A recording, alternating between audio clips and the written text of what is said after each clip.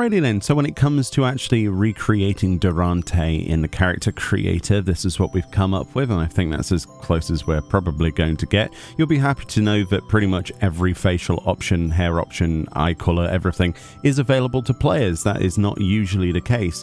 So in terms of the height, I made him a fairly tall boy. I'm pretty sure he isn't max height, but we're going to go with that just simply because I don't have a reference where I've stood next to him. He's about 50% in terms of muscle density. That's what we've gone for there. His face type is face type number 1, obviously, because the others don't look anything like Durante. For skin color, I went for this pale color. He's probably slightly paler than this, but I wasn't too sure. The lighting in a character creator is not as good as a representation of the in-game lighting as a lot of people would probably think. So we're going to go with that, and hopefully it's not too bad. In terms of hairstyle, this one is freely available to anybody who creates a hair, and it's right here. So what's that, 3rd row down, 3 in? That's the basic hairstyle. Everybody should have access to that in the game. It's not a paid one or anything like that. This is great if you want to see flashback sequences maybe of Durante when he was younger. That would be very fitting. But of course, this hairstyle, the bold and the braid, was designed specifically for this exact character through the storyline, which you've probably seen. You can actually access this on any level character as long as you have unlocked the Esthetician, because it is available on the market board. It is a market tradable hairstyle, the bold and the braid, modern aesthetics.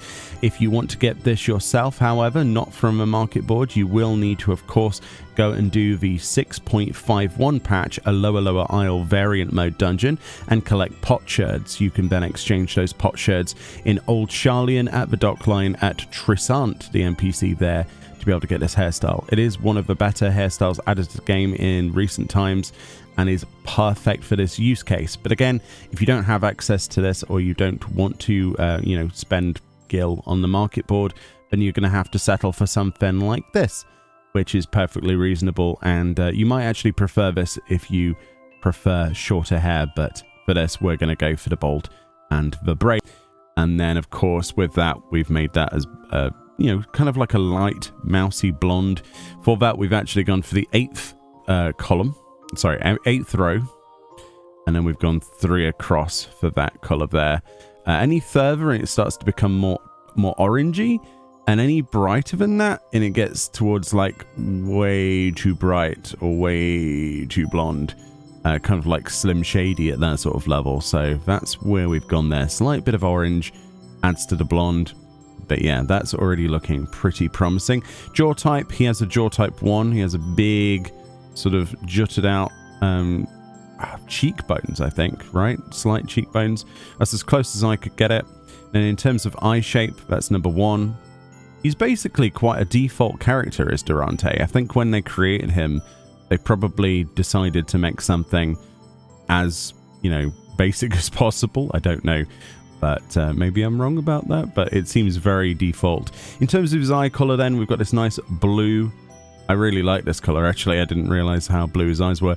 This is on the 21st, I think it was. Yeah, the 21st of basically row in the 2nd column, which is RGB value 116, 175, 168. There we go, that's what that is. And both his eyes are the same color. In terms of eyebrows, that's number 1. He's got very default eyebrows. I don't think we'd need to go for 4. 4 looks cool, but it's a bit too menacing. Nose type, again, number 1. Mouth type, number 1. Lip color, none. Facial features, 0. Tattoos, 0. Color, face paint, 0.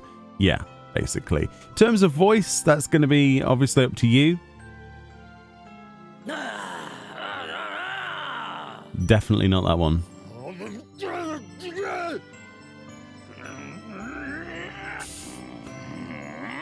Some of these sound more like the noises you would make in the bathroom. There we go, that's closer.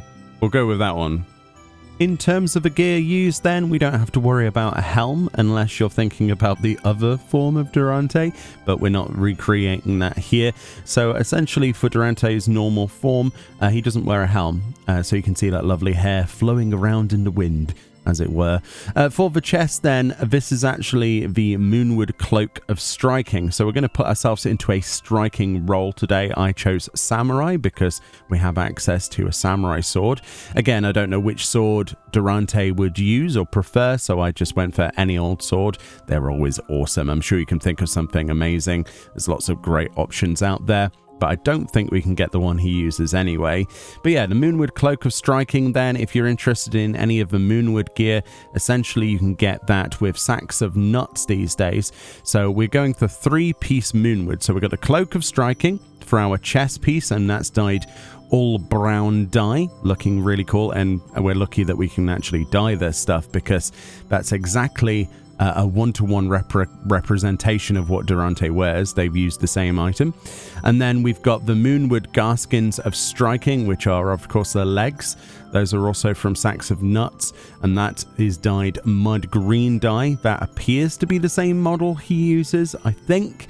And then finally on the boot slot, we have the Moonwood Boots of Striking, which are deepwood green dye. So if you're interested in sacks of nuts, for boots, that's 35 sacks of nuts, obviously from hunts.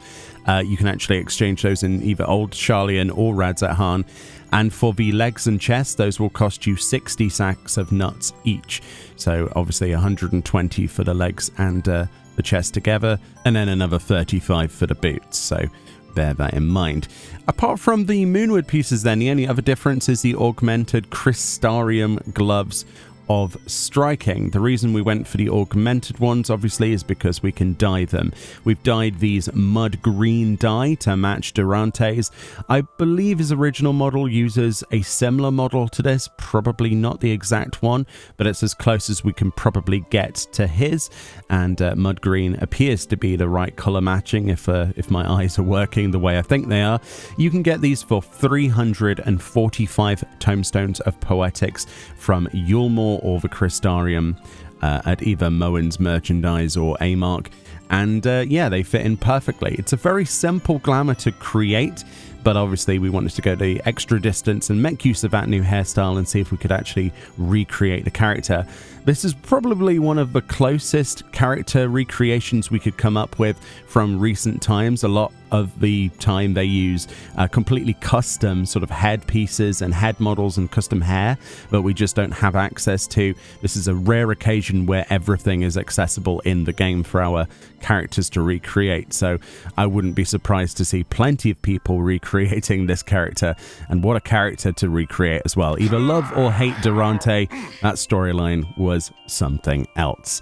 Anyway, let me know if you have liked this one, if you would like to see any other NPC recreations. It's getting harder to do when we can't even get close to the faces that some of the newer characters use, but occasionally we do find a diamond in the rough in this exact situation. Of course, the glamour is nothing special. It's 3 pieces of one set and one of another, but still, that's what they decided to use, and that's how easy it basically is to create Durante. Much love, enjoy the rest of your day, and I'll see you all next time for more videos.